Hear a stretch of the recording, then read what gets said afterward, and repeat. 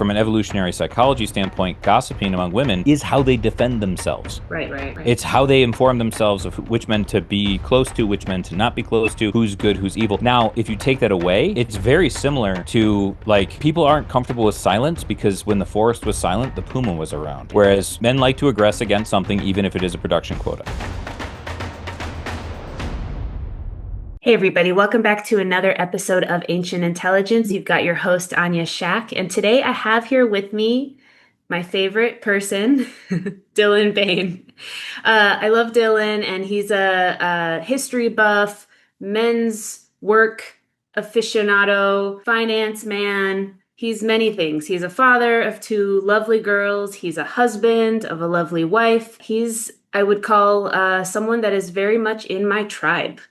And we talk about the types of topics that I talk about on here on Ancient Intelligence. And most recently, we were caught up in a conversation around feminism and industrialization and how those two could not exist without the other. And we wanted to bring that online. And I'm sure we'll touch different topics throughout this conversation, but really just excited to dive in with Dylan and share this conversation with everybody. So, Dylan, welcome. My sincerest pleasure. I'm excited for this conversation. Me too. It's great to have you here. Well, why don't you just give a little bit of a few words about who you are, what you're passionate about, and maybe something that you think about often that isn't discussed enough. So, the background on me is that I call myself a very serious man. I was educated within Catholic education, and that left an indelible mark of care for the whole person. Care personalis is a Jesuit motto. It is a guiding principle in my life, and part of what that leads to is this idea of systemic thinking. How do different pieces fit together with everything else? And so, when I'm looking at this, and I look at the mission of my business, is we're building a world of strong communities, but helping individuals and small businesses thrive and grow. And when we say that strong communities, and we specifically didn't say what a strong community was, because there's a lot of different ways that you can organize that, but we also didn't say grow and grow and thrive how, because part of it is like in my business, I'm the managing partner of an accounting firm that I own. And, we're really like looking at people's dreams and trying to help small businesses and individuals get their finances out of their brain so they can go focus on being the best versions of themselves. So when I'm not doing that, I'm looking at how do I build a strong community? I have to raise really strong girls. I have to support my wife in what she's doing and the work that she's doing on herself, both internally and externally. And I also have to acknowledge that I work with men. I have my own men's group called the Savage Legion, and where we are working very hard and diligently to become the men that the world needs us to be to create those strong communities. So it's not any one thing. It's all of them. And so, I play in my buckets. There's certain buckets I don't play into, but the conversation on feminism and industrialism dovetails with the years of economic study, having somebody who's, come out of a highly conservative environment, married a woman for whom I knew was going to take me places. Like I married above my station, 150%. And she's the more educated and until very recently, the more economically successful of the two of us. But she's also, in addition to having her PhD and being a hard driving woman, she's also an extremely doting mother and a wonderful wife as well. And so we've had this conversation she's the one who put it in my brain that industrialism causes feminism. And once, she had this idea, it was very much for her like a knowing. And you talk about that in your show, this knowing. And for me, it was like, I bet you I could figure that out. So, it then kicked off, go to the library, getting a bunch of books and starting to read and really think about it and read. I've read far more John Stuart Mill and, dispatches from Seneca Falls than I ever care to talk about. And then also reading Gloria Steinem and, some of the other, second wave feminists and then the third wave feminists. And this became like an obsession for about 6 months for me. Interesting. Well, even just by the way Dylan talks, you guys, one of my favorite things to do is leave Dylan a message that's like, hey, I'm interested in this one thing about history. Can you tell me about it? And it's really fun to get Dylan's responses. Are always so thoughtful and well read, which is amazing to get to experience. So tell me then, in essence, why that point is true in your perspective? Why does feminism not exist without industrialism? So if I was going to try to put it into a sentence, it's the intersection of spare time and your workers' productivity. Those are the two things. So you kind of, and Anya, you know this about me. If you ask me a question about today's politics, I'm going to start in Rome someplace. Yeah. So we kind of have to go to what did it look like before industrial capitalism, specifically in the American model and the English model, because that's what we're talking about. Germans could be in here too, but the European. How about that? The European Western model. What you had was within the rural communities, a series of cottage industries. A man would marry a woman, they'd have kids. Those kids were productive assets on the farm. But what if you had daughters? Well, the productive assets in the home, because your wife is going to have a skill, weaving or darning socks or making quilts or whatever. Well, the men are out doing different things that require a lot more strength because we're just built on different platforms. So there's a high level of cooperation between the sexes, and if you've ever had to do laundry, like in laundry S's, like if you read in like Charles Dickens, in the dawn of the Industrial Revolution, laundress was a job. Like nobles and aristocracy would employ young women to just do the laundry, and that was their one skill in this world. Well, if you've ever tried to do laundry by hand, it's a gigantic fucking pain in the ass. But the men can't go grow food. The men can't work in the cobbler shop or the blacksmith hut, or moving between towns as merchants without clean clothes. Yeah. Like it just can't happen. And so that's the world. And then within the cities, you saw very similar roles, except without the communities, the women were typically employed in the laundry, Mhm. places, and they were, back end workers at bakeries. The front end people were all men. Mhm. But you saw this great deal of cooperation, but everybody had something to do, and everything was critical to everything else. Mhm. So that's kind of where we start with the Industrial Revolution. So now let's just move forward into this space. Wait, let's pause really One, quickly. Let's pause because I yeah, think this is an important point. I imagine a feminist might say, okay, well, why is it that women were doing laundry and men were doing other things? Like, why were the jobs assigned in the way that they were assigned? yeah. So there's a couple of different things to point to. First off, I'm gonna poke directly at feminism. They read things like Pride and Prejudice and think that's how everyone lived. Yeah. And we have to remember that history was written by the people who could write, which Yeah. means the aristocracy. So Yes. we don't actually have a full picture where a lot of what I'm saying is extrapolations from our understandings. The other thing I'll say is there's a great book called Women's Work. I do not know the author, but when my wife read it, she was like, "You need to read this." So I Mm. read it, and basically what they say is that men's work, the physical labor, the economic productivity that men do, is stuff that has to be started and finished all in one shot. Yep. So the classic example is hunting. If I see the deer, Right. I can't stop and put that down. I got to kill the deer, Right. stalk the deer, kill the deer, skin the deer, all the things, and that all has to happen before I'm done for the day because I can't put it down. Same with farming implements or raising, if I'm butchering pigs, or most of that work is uninterruptible, Mhm. and it's typically done in groups of men outside the home. There's also that danger component. We live in a like, despite what you might hear politically, we live in one of the safest societies to have ever existed.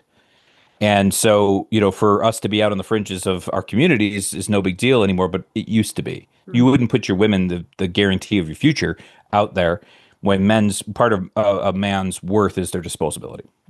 Women's work, on the other hand, is interruptible. You Mhm. can stop weaving. You can stop darning. You can walk away from you just move the food off the burner and you can walk away from it. Women are the nurturing caregivers. I can't produce breast milk, never really tried, but I'm pretty sure I couldn't. So what happens when the baby needs food? Mhm. She's going to have to stop what she's doing. And so, weaving in the house, creating quilts, doing laundry, these are all things you can stop. They're interruptible. Mhm. They can be done within close proximity of the home. And when it comes to they're also jobs that someone else can just step in and take over. Mhm. So if you have a group of women who are working, and then the baby needs to be fed, the woman at the loom, and I keep going back to weaving because it's just a Yeah, good example. absolutely. She gets up from the loom and her grandma sits down and starts going, right? Whereas if I'm hunting a deer, if I'm the one stalking the deer and everyone else is supporting me, we can't just switch me out. Like Yeah. I'm there. I have to do the thing. Yeah. Amazing. Complete agreement. Such a great way to explain that. Thank you. Very clear. Okay. So then that's what's happening in agricultural society and like the cottage house lifestyle that you were speaking of. So then what creates the shift? Well, so what starts creating the shift is actually the rise of factories. And Okay. so if you look at from a legal standpoint, and feminists love to point to all sorts of weird laws, prior to the Industrial Revolution as proof that women have always been oppressed, except when you realize that that only applied to the aristocracy because they were the ones writing shit down. Hmm. You know? Yeah. So like think about the power dynamic that would exist between a man and a woman where, I need her to be doing these things. If she Hmm. goes on strike, we're all dead. Hmm. Same for me, right? So there's a more egalitarian, and it's not perfect. I'm not going to claim that it was some sort of, even keel, perfectly distributed, whatever. It's not. It's closer to that though, and that's what's important here. Yeah. So, men have to go home to their wives, and their wives are going to tell them what the hell's going on here. Like and you live in a small community, even with the cities at this point, where most people know everyone else. Hmm. Now we start having factories. So what the promise of industrialization? Like if you were to put down industrialization as like a singular concept, it's labor saving technology, Yeah. Right. right? So take the steel manufacturing or textiles for that matter, right? You had and from some of the first things we industrialized were the cottage industries for women, which is going to be important. So like, what's the very first thing we did was the water frame in England, right? So now we have this automatic machine that it can work like a man. It doesn't get interrupted. Kids don't come up to it. No one else is going to have to take a place for it. All I need are people to cut and rethread things as time goes on, and the movement of the river is going to keep going. So what this means now is that two things happen very quickly. The first one is you suddenly have a ton more cloth that's out there and a Mm. need for unskilled labor that doesn't matter, Hmm. right? Because anyone who thinks that labor laws don't matter has never studied history because someone's arm being ripped off in a machine was a very common occurrence.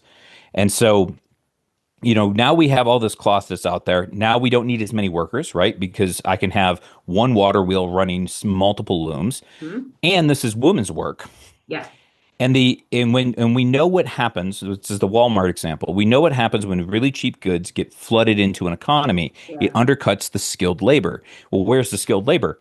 In the houses with the men, right? It's their wives. Yeah. Now we have automatic laundry machines. Right. Now we have what the industrialization in the early days, and this is important. It's in early days because this doesn't come from men too. Mhm. We automated and industrialized women's work. Yeah. We put women out of a job. Correct. Yeah. And now, and then on top of it, as this starts to proliferate, I'm able to be more productive as a man. My productivity comes up, my wages start coming up back when that was still a thing, Hmm. right? I'm starting to be able to come in. Blacksmiths now have auto hammers. We're able to, we're industrializing heavy industries and men's work. And so what you end up with is women start to have more free time Yeah. and less power Yeah. because now the economic force in the house is the man Yeah. instead of the collaboration for the cottage industries. Yes. And what that means is that you have the power differential starting to shift, right, towards more men, where just the economic powers in the households. At the same time that women's ability starts going down. And they now have more free time to talk because all the women who were in the house weaving and doing stuff, they didn't stop hanging out with each other. But Yeah. now they have more time to talk about it. Like, well, this sucks. Yeah. Unemployment turns out unemployment sucks. Purposelessness It, sucks. yeah, it starts. And now we're looking at our men, and our men, instead of working in the fields, are coming home without an arm from the factories, And they're not even home. right? They're not They're home not even for home, longer. Yeah. or they've left and gone to the cities, and they Yeah. only coming back once a month. So or worse, I'm moving her to the city, and now I've taken her out of her context. I've taken her out of her community and her support network. I've taken her away from the people who would keep my ass in line, Hmm. right? Because if there's a problem, she's going to tell her friend, who's going to tell my friend, who's going to come kick my ass. Like Yeah. that's how they enforce things. Yes. And now I'm there in a city where that doesn't exist, where Mm. you don't know people, where people can take advantage of you. You're vulnerable. Mm, And so this starts to create pressure in the system. So if you're a woman, well, if you're looking around and going, well, the problem is I don't have anything to do and I don't have any power to do it. The solution would be I need some of the power back. And where did it go? It went to men. Therefore, feminism. hmm. And if you read the dispatches out of Seneca Falls, which is one of the first like feminist gatherings and was like late 1800s. Yeah. First off, these women are pissed. They are so angry. And Hold secondly, on one they're second. making the same arguments. Hold on really quickly, because in thinking about like that convention and Elizabeth Cady Stanton as one of the premier writers of the time, Hmm. feminists of the time, weren't these women in the aristocratic class? So they weren't Hmm. actually doing the doing anyway. So Correct. where were But they they also had the getting? resources to do that. They had the resources to do what? They had the resources to do things like if you read, and now it's I think it's the Declaration of Rights of Women. I butchered that. So for anyone who's Declaration, who's it's the listen, Declaration of Sentiments. yes, that one. Thank you. Yeah, yeah. I'm mixing my French Revolution with my feminist revolution. Um, so the Declaration of Sentiments, if you read it and then you go read the Declaration of Independence, they read the same, Mm, which means that the women who wrote that could had time and capacity to be educated, to mm, read, to write, to know history, to read philosophy. The word usurpation is yeah, used repeatedly in the Declaration of Sentiments, but if you read the Declaration of Independence written by yes, Thomas Jefferson, he uses the same terminology. yes, yes. So Fun this is very, fact, but these yeah, fun fact, Elizabeth Cady Stanton, in reading more about her, like I know we talk about this a lot. This is a very separate topic, but her father wounds and her lack of attachment with her father and the jealousy of her brother. And when her brother passed away, her father essentially like started to ignore her. And so there's so much of that personal like anger at men in general. So I can imagine why that also then fueled what you're talking about. And it kind of collided into this chaotic mess of the Declaration of Sentiments so that she kind of used that fuel to then say, well, all men have they took the power from us and they want to hold it against us. So she like twisted the economic situation into something that was highly intentional and done by men and like manipulative. 100%. Yeah. It's it's it's it's making an observation and picking the wrong target. Yes. Yes. You can see this in race relations with Bacon's rebellions. When did the very first race codes get passed in the United States, or what became the United States? It's after Bacon's rebellion. What happened in Bacon's rebellion? All the poor whites and all the poor blacks were like, you know what sucks? The aristocracy. We should do something about that. And then afterwards, with intent, they wrote laws to separate white poors from black poors in order for them to stop uniting. And feminism did almost the same thing by Okay. looking at it and going, the problem is men, Mm-hmm. rather than to look at it and go, the problem is industrialization that's dehumanizing us. So Mm-hmm. they picked the wrong target. They picked and the target that they picked was the allies women would need to have changed anything. Yes. And so now we have the battle of the sexes rather than the cooperation of the sexes. And one place where you can see this is when we start seeing union activity, where the union auxiliary were women who, when the men were on strike, would go and work in laundry houses, bring food, organize, get together. They were supporting the men on the line. And so, like, again, like what you see there is you have this difference between the upper classes with the Declaration of Sentiments versus the lower classes who are organizing because they can't read and write, so they're not getting this. But Mary, Stanton, for example, as you pointed out, is the daughter of an industrialist. So she's educated by industrialists. And if there's one thing we know is they don't like education that challenges their own worldview. So Mm. her entire worldview is one of opposition, one of competition. Her father's up against other people. That's how she was raised. So of course that's how she thinks. Of course. This is not to rip on her or to say that her points were invalid, but I will say that the mistake she made was she picked the wrong target. Yeah, yeah, absolutely. Now, do you think industrialists were very clear that this might become dehumanizing, or do you think this just happened and it was too late to turn the clocks back and we couldn't, put it all back into the box? Kind of like the birth control pill in some ways, like it was meant for married women, and what ended up happening was different than what it was meant for. I mean, I think we were already primed for that, right? Like, particularly in the United States, we had the institution of slavery. We were already taking an entire group of people and just going, they're not human, Hmm. right? And if you're in England, like anyone, they always argue, like I've heard this when people come to America, they see things that Americans can't see. When if you go to England, you suddenly see all the classism and Hmm. they're just completely unaware because it's the water they swim in. Yeah, right. And, it's the water they swim in and the air they breathe. So I think we were already set up for that, just how we were already organized society. And then the depersonalization that's coming into the cities and losing your local communities Mm, just means that it's ripe to be taken advantage of. interesting. And, let's be real. If you're looking at it, like if you're looking at Rockefeller, or you're looking at Vanderbilt or Carnegie or any of the robber barons of the Gilded Age, people were expendable to these guys. They Mm, didn't care about you. They didn't care what happened to you. All they cared was, did you work enough to make the money? Yes or no? Check the box. They don't mm, care. And so they're not seeing these men as men. They're not seeing them as husbands or fathers or potential. They're only seeing them as tools yeah. for the industrialization that they're captaining at that time. Yeah, absolutely. That's, when you talk about that expendability and just dehumanization, it makes me think of how many people are bought into the narrative that traditional relationships and traditional life is this 1950s thing, when in reality, it's not at all. That was just some sort of big marketing, thing to kind of get people to fall in line even more. It's if to me it seems like the traditional way of life is pre-industrial, like you're talking about. I guess my the tension point and the difficulty is like, what how do we can't go back. So Nope. we have to do something different, and it's not 1950s. So yeah, I'm just so curious how uh people got so bought into becoming dehumanized, you know? Well, okay. So there's a lot there, because you're 100% right. The 1950s was an anomaly, Yeah. and a horrible one at that. And we're going to talk about that with the problem that has no name. But one of the things to kind of point out is that the Wealth of Nations and the Declaration of Independence were both published in the same year, 1776. Hmm.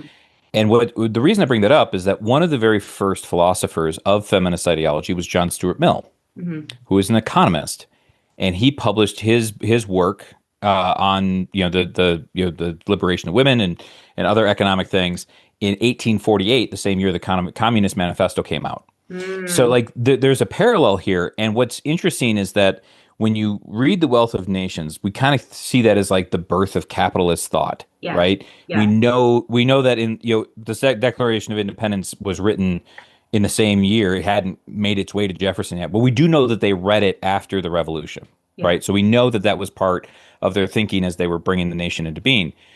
Marx and Mill were looking at the result of that industrialization in 1848.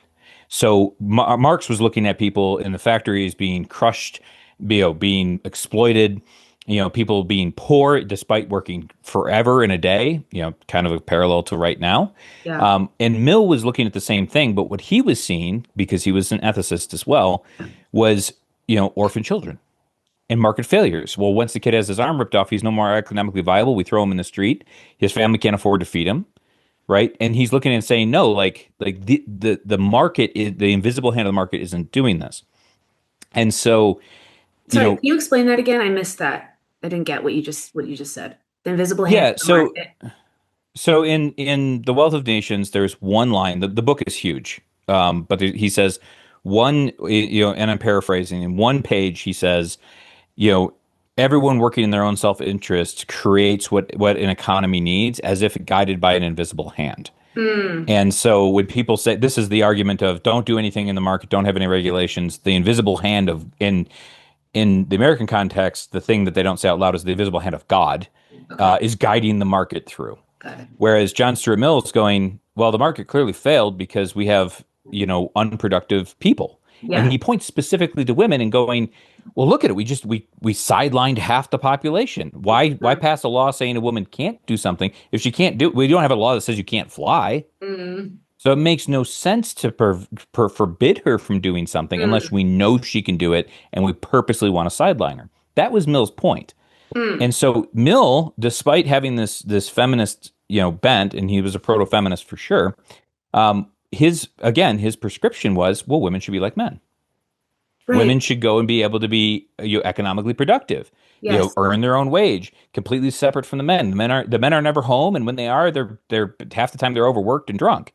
So like liberate the women, let them work, and then we get more workers, and then we get more stuff, and then the economy like this was his idea. Yeah, absolutely. And that carries forward to the Declaration of Sentiments because, as time was going on, you're passing more and more laws because you have more and more idle women saying, no, you can't do this. No, you can't do this. No.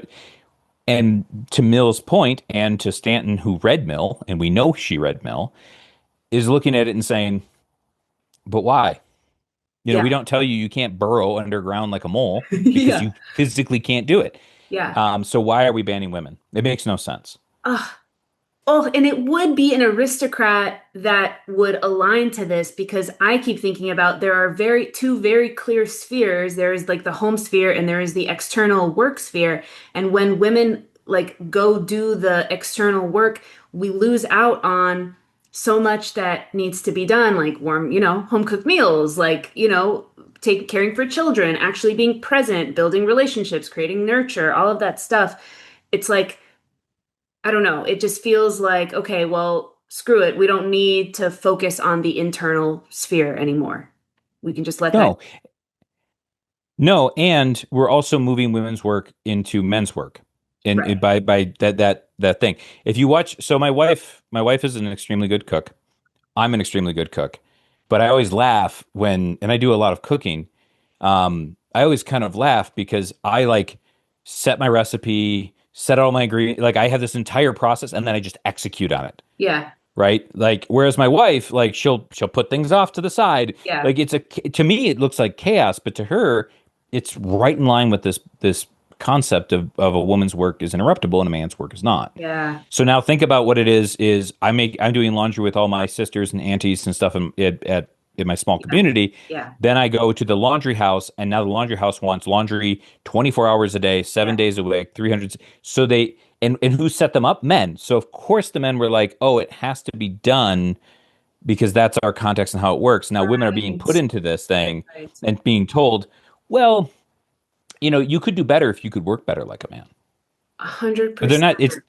They're not telling them specifically work like a man, but they're telling them like, oh, you have to be productivity. Work will set you free. Where's your Protestant work ethic? Like these are things that are part of the social fabric that are feeding into into the creation of feminism because they assess the problem as a lack of economic power Yeah. in society without acknowledging that and then they pointed to men as the people who stole it, Yes. not to the industrialists who were profiting from it. Yes. And then who owns the publishing houses? Who is Yeah. putting up who funded the conference at Seneca Falls? It wasn't poor people. It It wasn't was worth. industrialists. So of course, if I'm an industrialist, I'm not going to fund a conference where they're like, "Hey, I need to be less rich." I'm not Yeah. going to do that. Yeah, of Like course. that would be like looking at any of the contemporaries right now and saying and them hosting a conference saying that they should lose half their money. They'd Yeah. still be unbelievably wealthy, Yeah. but they're never going to do that. Yeah. It's so heartbreaking to think about because there's so many just wrong narratives that have permeated the culture. And one of them is, women, to be successful, women need to succeed in men's spaces and work like men. And it's just so unfortunate because the opposite of that has become, well, then women should never work and should never, pursue their passions and their dreams and their hobbies and all of these things or work in general. But that's not true. I think the real answer is women. There's a women's way of working that has been lost. Yes. You're saying And devalued, and devalued. Yes. right? They always say women are sex objects, men are success objects. Yeah. Well, part of my success is I can get up at 6 o'clock and work until 2 o'clock in the morning, Yeah. for months on it, and I have. Yeah. It's how I've been able to build what I'm doing. My wife cannot do that, and especially with kids, she wouldn't want to do that. Yeah. Of You course. know, so like what ends up happening then is we have this industrialization, and then we have the first industrial war. Right. Some people will say that it was a civil war because of railroads. I'll dispute that Okay. because they didn't have tanks, right? An industrial war be one that's reliant on not just the logistics of trains, but also the industrial output. Yeah. And so World War One happens, and now we suddenly see the horrors of industry. You cannot be a human and in the trenches. It's just not. You have to dehumanize yourself to go over the top, Mhm. and you have to dehumanize the enemy to just mow down wave after wave after wave of your opponents.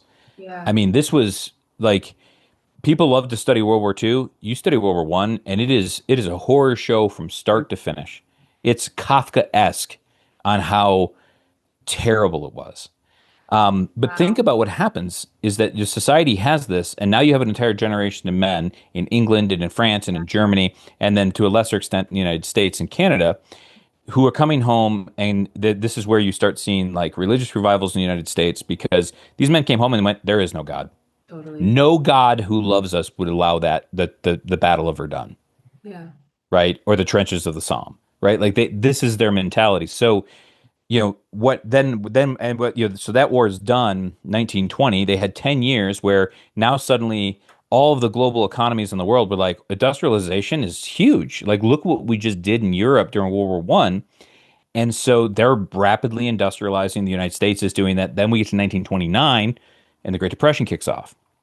So now men go from the trenches being dehumanized to being nothing more than inputs into the industrial system. This is also the time where you have things like the Battle of Blair Mountain, where the miners literally went to war with the National Guard. Hmm. Like that's not we don't teach it in history, but if you look at the labor struggles, a lot of the men who came home from World War One took up arms against the National Guard Hmm. and the police to fight for workers' rights. Hmm. And so you have this, this is when the Bayview massacre in Milwaukee happens. It was a steel mill that the men went on strike. The National Guard got called out. They were in front, stopping people from coming in, scabs coming into the factory. They're Yeah. beating the shit out of them, to be entirely fair. Yeah. And then lunch shows up, and the women, their wives, and their daughters come with lunch Yeah. because who's going to open fire on women? So they're walking. You have the National Guard. The women are walking to the men who are over here. One of them drops a pan that sounds like a gunshot, and the National Guard opens fire and mows down the women. And then the men did what men do, turned into a huge riot. And I mean, it was a huge that they call it a massacre for a reason. Whoa. And the end result of that was two things. In Milwaukee, where I grew up, Bayview doesn't exist as a city. It was dissolved as a result of that. Okay. And then number two, all those people became the voting base that elected all the socialist mayors in Milwaukee. Mm. So and where did this idea come from? Well, after the revolutions of 1848, when the Communist Manifesto was done, Yeah. and where did they all move to? Milwaukee, the land Yes. of cheap beer and booze. So Yes. like all this fits together. But now look at that. Look at that trajectory that's going on. If you're an industrialist, I need to get the men to stop thinking they need to organize. So I'm going to give them a mission, and I'm going to give them an enemy. You have to provide for your wife. Right. How are you not providing for your wife? Don't complain. Don't lose your job. Right. Think about your wife and kid. All of this propaganda starts in the 1920s. Mm-hmm. And then in the Great Depression, it went into overdrive because they kind of proved that an unfettered capitalist system will lead to a lot of misery. Mm. And so there was a lot of push there. And what pulls us out of the Great Depression? Another world war. So, Mm. like, think about what this is. We now have the late 1910s are a dehumanizing war. We have the decade of the 20s with prohibition, violent crime, massive industrialization. Then we have the Great Depression through to 1941. Well, 1939, depending on how you count. And then we go to war again, Mm. where again, now it's a technological war. Germany's employing the blitzkrieg tactics. The United States is like, well, fuck that. We can outproduce you. So think about like the end of the war, we were producing a naval ship every 3 days. We were producing, like a one Jeep every 5 hours. By the end of the war, like you're not going to take down an industrial power like Yeah. that. Of course. So your question about the 1950s, this I have to bring the lead up here Yeah. so that you can kind of see the arc of industrialization going through this. Yes. Because in 1945, the United States government now has a big problem. Yeah. We're the last superpower standing. We're the only power, and we won the war on two things: millions of Russian lives, right? Because the Russians like we had the industrial base, yes, but the Russians won the European theater because Hmm. they just were willing to commit so many men to Hmm. wave after wave Hmm. of attacks. Um, Which is a and fun, they're fun now. fact. They like in the Soviet Union, obviously they would teach that like it was obviously the Americans came in at the last minute, but really it was the Soviets that won the war. I mean, I say that not because I'm trying to downplay American achievements, but because we need to Yeah. have a complete picture of what's actually going Yeah. on, because Yeah. it's gonna dovetail into the next thing, which is, who else was standing? The Soviet Union, Yeah. and they became the enemy. And so the idea, this is General Patton saying, well, we're going to go back to war. Well, we won the last war on industrial might. So if I tell the people who are making those Jeeps, well, now you have to stand down, they're going to go to business. And I got to fight the next war against the Soviet Union. Hmm. So I don't want them to go out of business. I got to give them something else to do. Yeah. So what did we give them? The suburbs. Because everybody who was those industrialists went into manufacturing cars Hmm. and blenders and ovens and washing machines. And so we industrialized the isolation that was already occurring and the separation of the sexes, because now instead of taking a woman out of her small local community and then putting her in a city where there are other people around, right? You're now taking her out of her small local community and putting her into a box in the suburbs with no car, Yeah. no communication, no family, Yeah. no nothing. Fascinating. And so while her husband goes out to work, makes the money, comes home, has a social network. I mean, this is my grandfather's life, Yes. right? He'd go. My grandma used to talk all the time. Well, he never comes home on time. Well, that's Yeah. because he's at the bar with his friends. Yeah. Yeah. Yeah. My Yeah. grandma didn't have friends Yeah. Of course. because none of her family was there. They'd moved to Kenosha right after they got married, and Yeah. all of her family was up in northern Wisconsin. So she's isolated in this case. Yeah. And there's a book that comes out right at this time called The Problem with No Name. Betty And the Freudian. problem, yeah, that problem with no name is all these women in the suburbs were going absolutely insane. So yes, and that just interesting that you brought up the Soviet Union because I think it's an important note.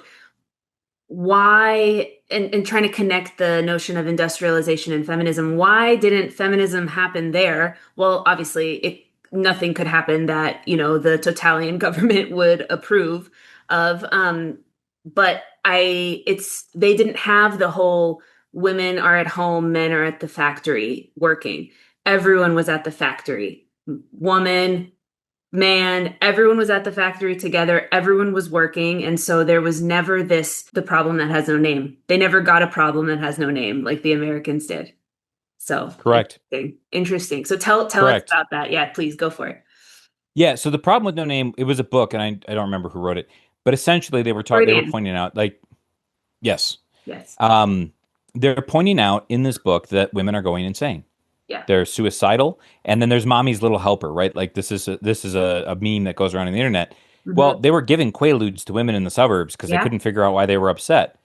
And Yeah. at the same time, with this industrialization, think about this from Yeah. a standpoint. If you grew up as a woman in in the 30s and 40s, Yeah. you would have seen people doing laundry and plucking the feathers off chickens Hmm. and all this stuff. Now the laundry's handed by a laundry machine. Hmm. I don't have to sweep because I have a vacuum cleaner. Hmm.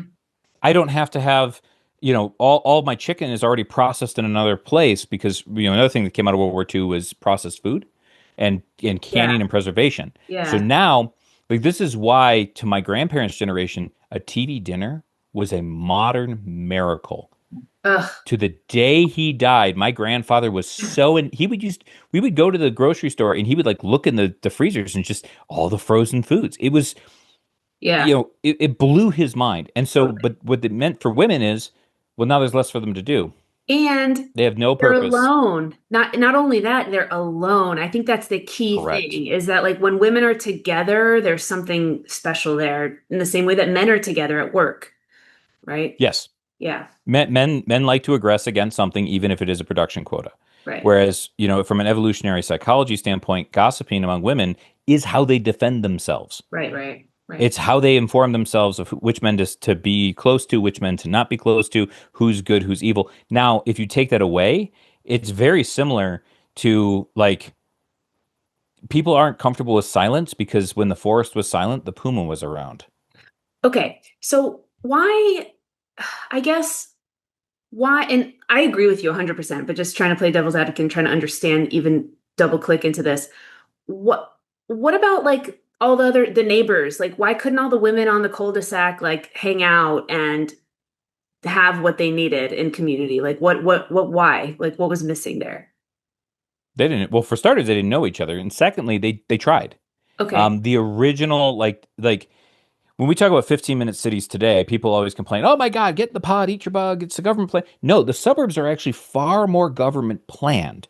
Okay. And the FHA manuals were part of this. And they originally all the houses faced in, Hmm. and the cars were hidden. So the idea was that the women would walk out and they'd have this like boulevard that they'd walk down, Yeah. and there was a grocery store they were going to put at Yeah. the end. Didn't work because they all wanted to take their car.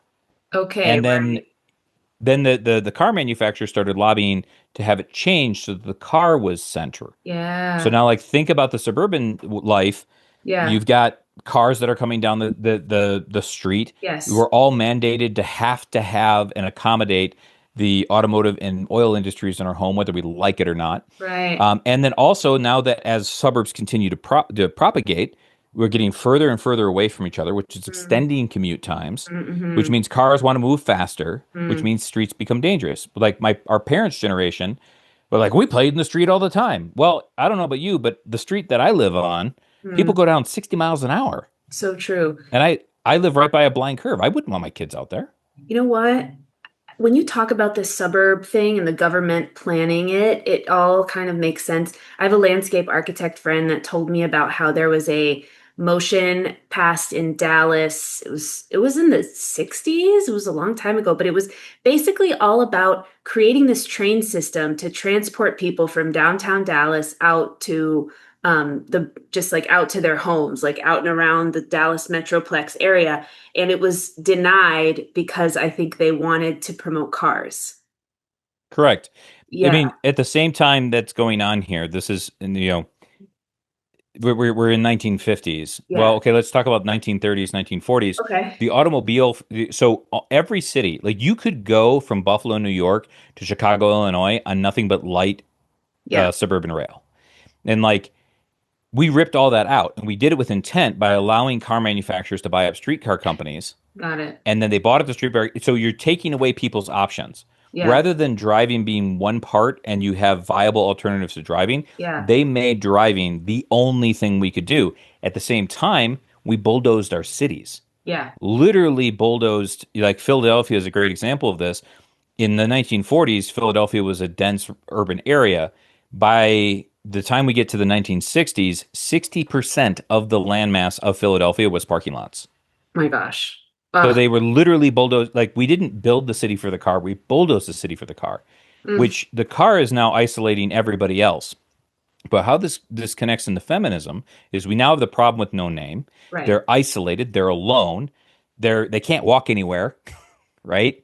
Yeah, And the block parties, they like we tried that. It yeah, doesn't really work out. Like I live on a cul-de-sac. I live in the suburbs because I don't have a choice. yeah.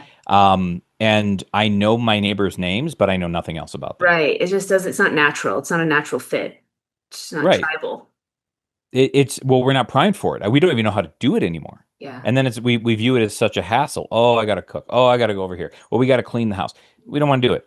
right. Why? Because we're spending all our time commuting and running around and trying to keep our heads economically above water. 100%.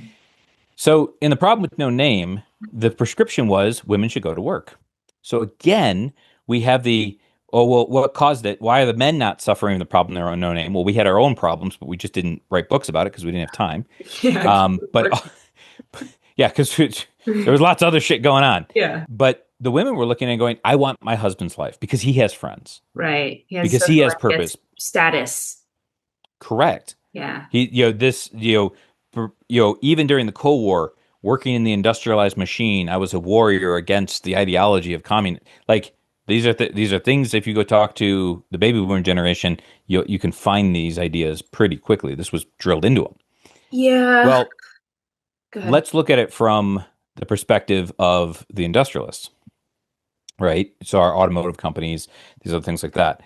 Through the 50s and 60s, part of the reason that that was an economic golden age is that as worker productivity went up, wages went up. So it Mm-hmm. was possible to get ahead. Hmm. And there was high levels, I mean, about 36% of the entire workforce in the United States was unionized. Unions have like we again with the ban, we wouldn't create right to work laws if unions didn't work, right? We do it to protect the industrialists. And this is not a political statement, it's just an economic one. That's Yeah. what the math says.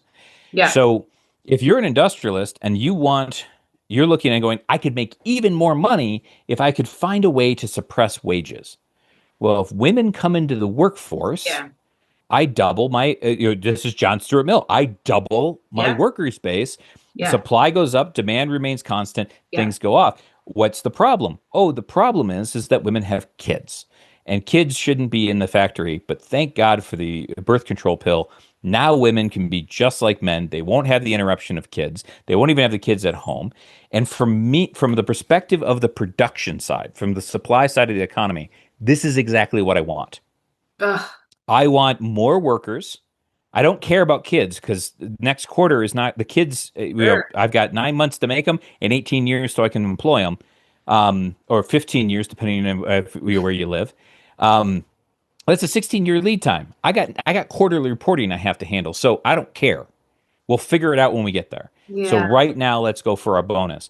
And so as women are entering the workforce, the industrialists didn't oppose it. A Yeah. lot of them, in fact, got on board with Sure. it. Of course. And so, because now, and what do you see in 1975? You see productivity and wages decouple. Yeah.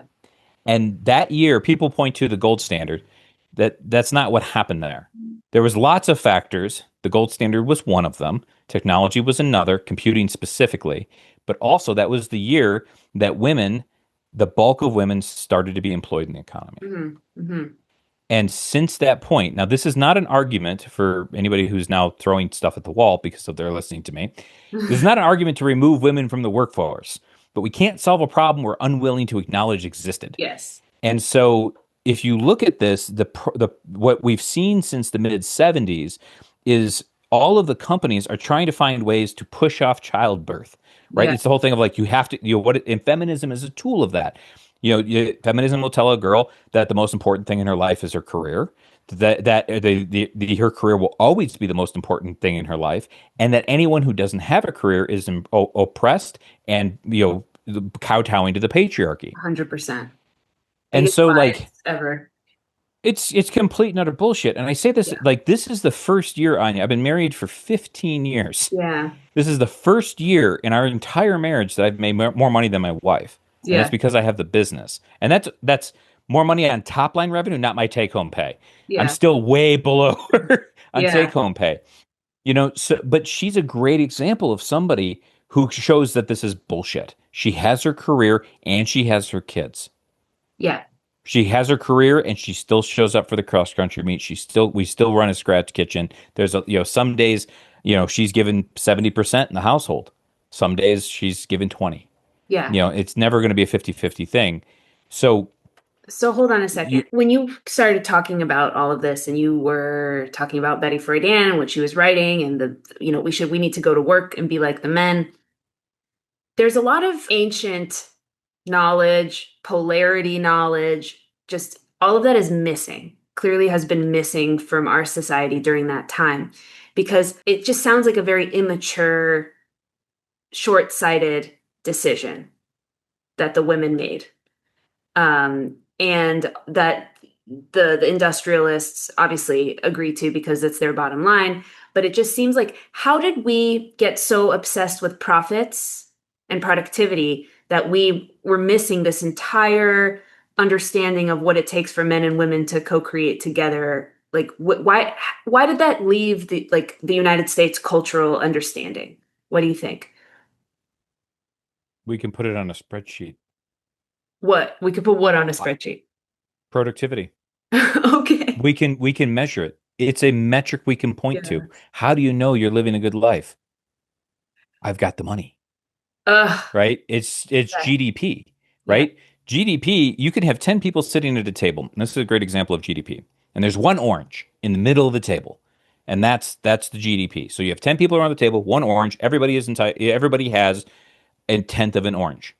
Now, one of those people at the table for somehow ends up with 9 oranges, but those 9 oranges are theirs. And now the other 9 people are going to split the other orange, Okay. right? So the way GDP works is that now we have 10 people at the table, 10 oranges. Therefore, everybody on a GDP per capita basis has an orange.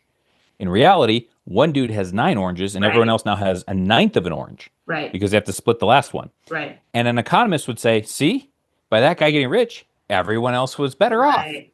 Okay. But that's not at all how that works because now that person with their oranges now has a monopoly on this and Yes. can use that to get more and more of the remaining orange. Yes. 100%.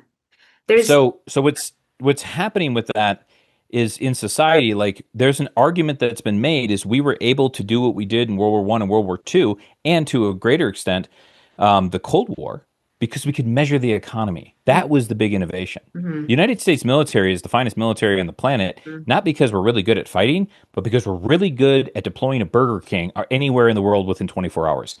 We're a logistics organization. It's an industrialized system. Mhm. They're the largest logistical network and company on the planet Mhm. is the United States military. Yeah. So, like, because we can measure it, that's then what we value. Yeah. We're never looking at the guy who has a ton of kids and holding him up as like that man is a rich man. Yeah. We now, when you move from a more agrarian society where children are economic helpers, they're assets. Men, the boys work on the farms and the girls work in the cottage industries. When you move to an industrialized model, kids are expenses. They're not assets. Mhm. And so now we look at it and say the guy with 10 kids, that he's an idiot because that's so expensive, Mhm. right? And Exactly. that's part of this rise of the industrial economy. But then we're telling the women your freedom, your worth is in your career because that's all that should be important. And then if they have kids, they're going to have to suffer the mommy tax. Yeah. And that's just an inevitable part. Like we now have pay parity for the same work, same pay, except for where the women separate from the men is the mommy tax. And I don't know how you get around that. Man, I hope women can start to really see how through this thinking, through this mindset, through this, hey, we need to go and be like men, they have just completely squashed the importance of womanhood and femininity and what all of that entails. I keep thinking to myself, like, it could have been so much better. There could have been an opportunity to say, hey, like, we want to contribute in ways that are beyond motherhood, right? We want to contribute to our communities, to our societies, help us figure out a way to do that, like as partners, right? Yeah. Yeah. I fundamentally agree with this. And where we're at now, like when I was still in the public accounting world, I was at one of the big four public accounting firms. They rolled out new benefits. They Okay. rolled out two things at the same time: paternity leave Yeah. for men Yeah. and egg freezing for women. Because so many women were working so many hours. I mean, that's a grind. That's a chew you up, Yeah. spit you out job. Yeah. And so they were like, well, I want to have kids. They're in their 23, 24. Some of them committed relationships and they're leaving Yeah. because I need to have kids now and it's going to hurt my career. So freeze your eggs. Yeah. Now, how many of them actually go back and use them? Almost none. Right. But now let's talk about the paternity leave. What ended up happening, and I remember I was on an audit team, and one of the guys there, his wife was pregnant, and the partner on the engagement told him, "You will be taking paternity leave. We have to show that it's okay for men to take paternity leave." Hmm. And he's like, "I don't want to take paternity leave. My wife's a stay-at-home wife." And they were like, "Too bad, you're taking it." Wow. And so he took it, and what happened? He lost all of his clients. Yeah. When he came back to work, he was on the bench. He left the company 6 months later because he couldn't get back on a team. They took everything from him, Oh my which is God. exactly what women are saying with maternity leave, that it's actually a lie, that they're just going to fire you. You're not going to have your job back like this. And this is the feminist argument of why you shouldn't have kids. My point in all of this is not that feminism was necessarily wrong. I don't think it was. I think they picked the wrong target. Yeah. Feminism went after the people they needed most to Hmm. make the changes they wanted, and instead allowed other people to continue to profit off that division. It's Right. no different than race relations in the United States, Right. which operates somewhat similarly. Oh, okay. So that's interesting. So I guess flash forward to today and where we're at, the battle of the sexes and just like what has happened now. And it seems to me that there are not a lot of female role models that we actually want to be we can actually look to. It seems to me that there's like not I don't know what the solution is for regular people. So I think what I've learned and what I've experienced just as now that who I know in my life and married couples with kids that are doing life in a more pre-industrial kind of model, kind of in the new age way of doing things. So thinking about coaches that I know, right? Thinking about, a man who has his own business and his wife does part-time work that she really loves and they're able to, maintain their financial viability and they're able to do that and they're outside of the system. They're not in like the corporate system. I don't know if that's a privileged way of living. I obviously Yes. I think it is. I don't think everybody can find themselves doing that. I think there have been a lot of concessions made. I think obviously we see like the kids with their anxiety, people are just not healthy, people are on antidepressants, loneliness epidemic, depression epidemic, like the Western world is freaking out. So I'm kind of just trying to figure out, so what do we have to do? How do we change things? Yeah, so one of the things I've said a number of different times is that I don't need a solution that works for me. I need a solution who works for someone not, like who doesn't have the advantages I have. Okay, Like sure. that's what I need. And so I look at it and go, okay, so what are the actual problems here? Well, we lack community. Yep. We don't have third places in the United States. And so we need to start looking at it and going, this is not actually how it's supposed to be. Yeah. So many, and like you can just start with transportation. Yeah. Why do I need to have a car?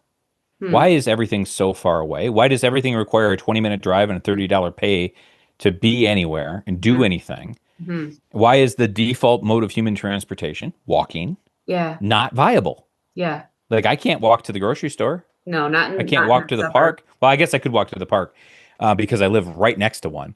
Yeah. But like I can't walk to my kid's school. That's an hour long activity every morning to get the kids dropped off Yeah. at school. Yeah. So like starting to ask those questions, I think are a big part of Yeah.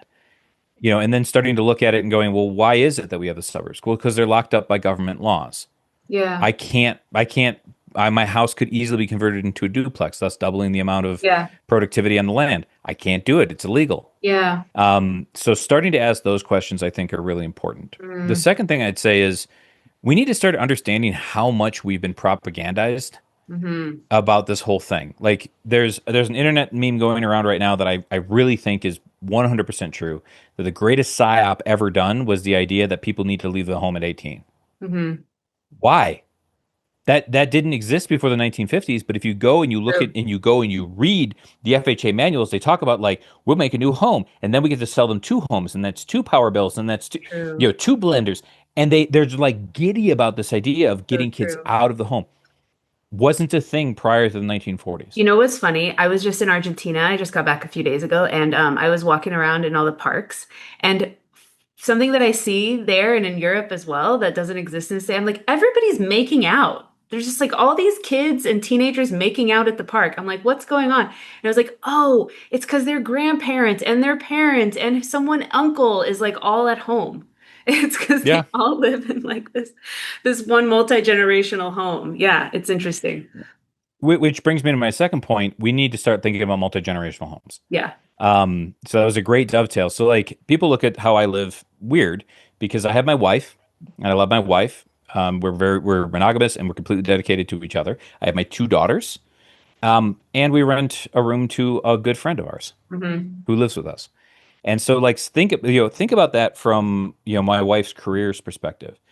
My roommate works a full-time job. My wife works a full-time job. I own a business, so I'm working two full-time jobs, right? And yet we still have scratch meals. Well, our roommate cooks 2 days out of the week. My wife cooks 2 days out of the week. I try to cook 2 days out of the week. Doesn't not always successful. Yeah. But my girls, like Agatha, my youngest, made dinner last night. Yeah. And so what is she doing? She's watching our roommate. She's watching my wife. Yeah. And they're now modeling that behavior.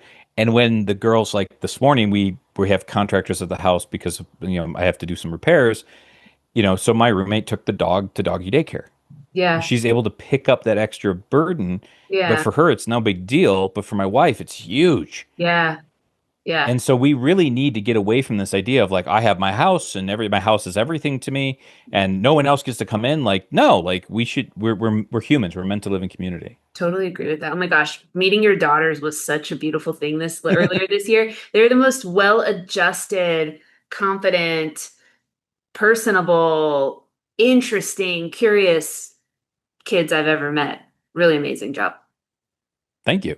And it's a testimony to looking at how feminism is going. I want to raise daughters who are very economically viable, and if they choose to be stay-at-home mothers, I will honor that just as much as if one of them becomes a doctor. Yeah. Right? And being able to foster this idea, like here's another psyop that industrialism, kids Yeah. should be seen and not heard. Oh, I hate that.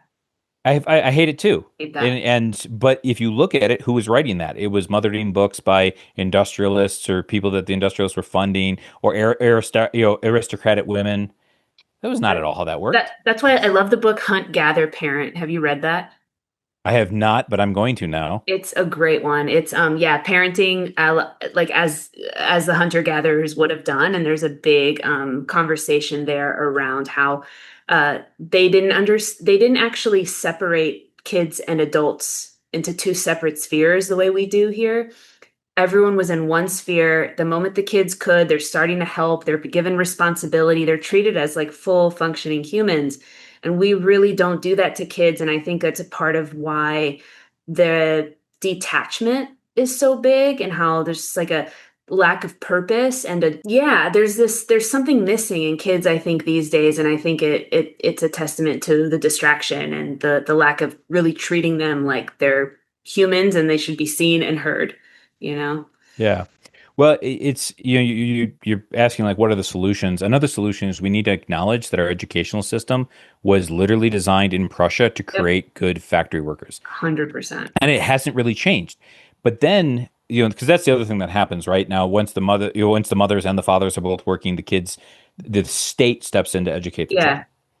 And what was interesting was in Italy, they were having this problem where the kids just didn't know shit. Yeah. They were unruly. They wouldn't listen to their parents. It was a big problem. Yeah. And in walks this woman by the name of Maria Montessori. And Montessori. Yeah. she created an entire thing. She called it the Bambino House, Yeah. right? Where everything was kid sized. Yeah. Everything was at their level. Yeah. And they were expected, like, there's no sippy cups in a Montessori school because they just, well, they'll spill water on them and then they'll learn. Congratulations. And the Montessori method goes all the way through high school. And most people don't know that.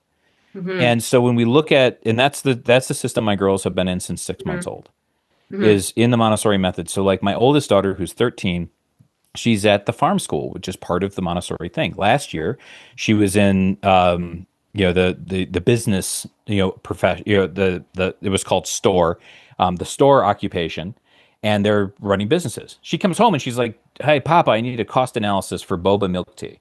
And I'm like, "That's year 3 of accounting school. What are you talking about? You're 12, but Yeah. they are fostering them to be creative. And Harper looked at the coffee shops and the cafeteria, was like, "What's missing here that I love?" "Oh, boba milk tea." She ran the most successful business, student-led business in the school. Love. Like unbelievable. But so she's learning those skills. This year she's in farms. So she goes to school and the first thing she has to do is go collect eggs and feed the llama. Yeah. Like quite literally that's what they're doing. They're planning the planting and they're doing the harvest right now. And like that type of thing where you're fostering a pro-human, pro-child environment is how you take this down, because the problem was the isolation and the dehumanization. So if you want to go back the other way, we have to find ways to rehumanize. And if I were the Secretary of Education and I had unlimited power, I would demolish all traditional, quote unquote, traditional education and go entirely towards something like the Montessori method. Totally agree with that. I also think the timing is an important thing to note. I think there's some trade-offs that needs to be made. I think the classic quote, Thomas Sowell quote, right? Like what is it? Like everything's a trade-off, something like that. There's no bad choices, only trade-offs. Yeah, exactly. I think to your point earlier, you can either be a doctor or a stay-at-home mom. I'll support you either way. I think it's something in the middle. I think it's something more around like, you know, whether you work at a company, and maybe the answer here is you can't be a Western doctor slash you can't be a surgeon based on the schooling that is required if you want to have children at a very specific time and you want to be fully present for them. I Or you need to have a partner who's going to make it happen for you. maybe, Like yeah, but that's the other thing. When my wife and I moved back to the United States, we lived overseas for a number of years. We moved back so we could have kids and she could go to grad school. I promised my wife that she was going to grad school. And Anya, you know this about me, but for your audience, I was a math teacher at the yeah, time, working multiple jobs, and we were on food stamps. Like we were very, very poor, but we yeah, were doing it, right? And now at some point my principal asked me to commit fraud. And I yeah, told her where she could stick that idea, and that was now suddenly I'm unemployed. And so, but I had made a promise to my wife. She was going to get that PhD, and I didn't give a shit what I had to do to make it happen. And I did it. But that's an example of I stepped up and said, no, I'm supporting her career. This is important to me that she has these opportunities. Now, if she had come to me and she actually did, when she came to me, she was like, I probably should quit. yeah. And I was like, the fuck you are. I hear So you. it's both. You can have both. You just need to make sure you have a good partner. Sure, you can have both, but it still depends on what you can have. I imagine like staying up all night and studying and writing papers and listening to lectures and still being able to like have your baby on your person is something that you cannot do in every field. And not in every field, but Right. most. You brought up the doctor thing. One of my very good friends is a doctor in Chicago. Yeah. And she has two kids. Yeah. Okay. And she went to medical school. The first one was born while she was in medical school. And she did it right as she was finishing so that, it was planned. And Yeah. then she did the other one while she was in residency. And she would literally take the kid and put it into like a Moby wrap. Yeah. So the kid's strapped to her chest, and then she would do her rounds. But the hospital she was at was like, she walked in and was like, I'm a mother, so deal with it. Listen, I think that's fine and I know can be done. I was just on a call yesterday watching a woman have her baby on her chest as she was giving a presentation to like the CEO of some consumer packaged goods company. And that's great, but I think that presence and intentionality is also so important. I don't you think that a lot might be missed by being focused on other things during those critical first 2 years of life? I don't necessarily agree with that. No. Okay. And the reason being is that the again, I'm not, you ask me what's happened in politics today, I go back to Rome. We have to acknowledge that we are a deeply anti-child society. Like Okay. in Americans, we hate kids. We Okay. hate them. And so when they're in environments, You s- people reject them. you say that okay, you say that all the time and just for people that haven't heard your background on that, I would just wanted you to like specify what you mean by that. Yeah. Yeah, so when you like when I lived overseas, we'd be in a restaurant and like all the kids in the restaurant would like form a herd, and Yeah. everybody in the restaurant would just watch them and make sure they were okay. Yeah. Same in the subway, same in the parks. Like they're just accepted parts, and they're welcome into all the places adults are. You'll Okay. see them walking around in the scooter shops. Yeah. You'll see them in the back with in the kitchen with the parents and stuff Yeah. like. They're just a facet of life. Whereas, oh, you shouldn't be doing this. Don't breastfeed in public. Cover yourself up. Don't bring kids on a plane. Like, Oh, I how the don't hell are we agree supposed with to all function? that. Yeah, I don't agree with all of that. I totally agree. That's very anti-kid, anti-human in general. Yeah, I mean, I like if my wife was on this call, she'd point out that if there's a crying baby on a plane and that woman's traveling by herself, I will go and help her. Yeah, yeah, yeah. Great. Because I'm pro kid. So the woman who has that kid strapped to her chest, or my friend who's a doctor in Chicago, she's just like, no, this kid is part of the world, and we need to accept that. We need to start understanding that kids actually should be where the parents are working because, and it's not true in all cases, for sure, Sure. right? But kids should be a part of our lives. They should be, part of the reason my girls are articulate is they've been, I literally took them to client meetings when I worked in public accounting because they were sick and I had to bring them. I couldn't, they had a fever and I couldn't bring them to school, but they didn't have fever when I Totally. was working. And so Totally. like, I remember I walked in with my daughter and I was like, here's your cubicle. Here's your coloring books. Here's all your snacks. Just stay here and we'll be fine. And the partner on the engagement lost his shit, but the CEO thought it was the coolest thing she'd ever seen. Yeah. And so I it's get to it. me, it's harder for women to be able to have those kids and to have their careers because we've separated career is separate from family. I Work hear is you. separate from I hear family. you. Here's where we go back to, and here's what I think is a really nice way maybe to round out the conversation is the tasks that require singular focus and not Hmm. interruptible, you know, those are the some tasks that you can't bring babies into, right? Because you can't be Yeah, interrupted. Like a 12-hour neurosurgeon a working, 100%. We, right? we went to exactly the same Like place. 12-hour like operation. So it's one of those things where we have to just be really clear about, and maybe if a female neurosurgeon has a new infant and there's a lot of allo parents around and grandma and auntie and all of Mhm. that, like awesome. But if she doesn't have that, then it's just not in the best interest of the baby for her to be doing that and for her to be putting her job before her child in those circumstances, don't you think? We 100% agree on that, Okay. Yeah. right? We Yeah. 100% agree on that. My whole thing is, why doesn't she have that? How that's Right. anti-human. Right. So, one example was after Harper, my oldest, was born, my wife had gotten this big scholarship. It was a big deal, but she had to go through this training that was like 10 hours a day for like 2 weeks. And she Yeah. has this infant. And so I took time off of work and I'm like running around with the kid and while she's doing the male thing, right? Focus and like lunch breaks, I'm like bringing over Harper so that she can get fed and then I'm taking her Yeah. away. And then she was elected to go present some of her research at a conference in Chicago. So now, and I couldn't go with her, but my parents live north of Chicago. I have friends in Chicago. So we were like, we're on the phone with people and people showed up at the airport, took Harper. It was this entire thing so she could Yeah. focus.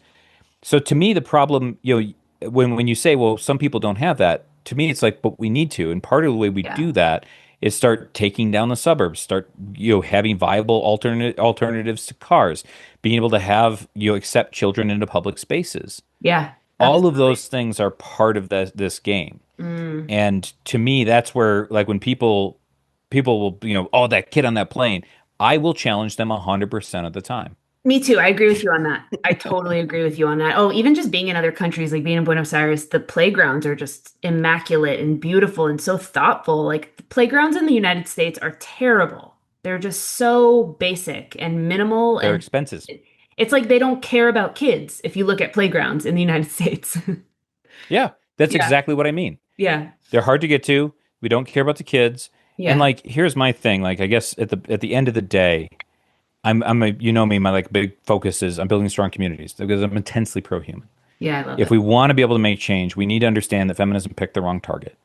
And we need to be able to start looking at it and going, if we're not taking care of our men, we're not taking care of our women, and most importantly, we're not taking care of our kids, what the fuck are we doing? Yeah, Because that's like kids aren't everything. But they're the only thing, I agree. right? Like at the end of the day, the kids are the future. And if we're Yes. not tending to the future, then we're just extracting from society. I 1,000% agree. And then this conversation can dovetail into how wrong feminism just got so many things, and specifically um, how it's decoupled the maternal instinct for women, right? It's like, it almost celebrates women that don't want to have kids.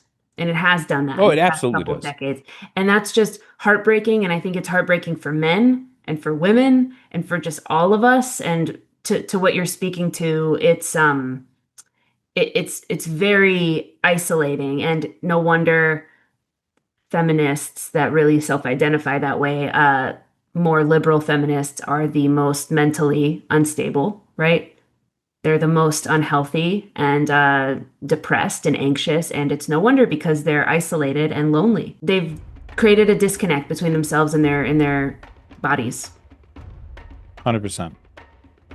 100%. And we could go down that rabbit hole. But I think that's maybe a conversation for a different podcast. That's a conversation for a different podcast. Dylan, you are so fun to listen to. Thank you for your knowledge. I bet everybody listening was just like, wow, that was like a perfect, history lesson meets lesson around community and values and just like American cultural happenings. And so I'm really grateful to you and this real clarity about like, hey, there's no enemy here. Let's find a way to collaborate and create family is really what we're saying here. Any last 100%. words, any last thoughts before we go? Only to say, hey, thanks for having me on, and I very much honor and respect the work that you're doing. Thank you so much. I feel the same way. Grateful for you, Dylan. All right, y'all. Until the next one. Bye-bye. Hello. I hope you've enjoyed this episode. I'm so happy to be here bringing my wisdom, my truths, all the research I do into pop culture and evolutionary psych and beyond to bring men and women the information that we all need to know to find that ultimate harmony with each other.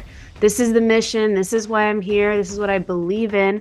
So if you found value in what I'm doing here, please help me grow the podcast. And you can do one of two things. Either share the episode with a friend or leave me a review on Spotify or Apple. This will help me so much. Until next time.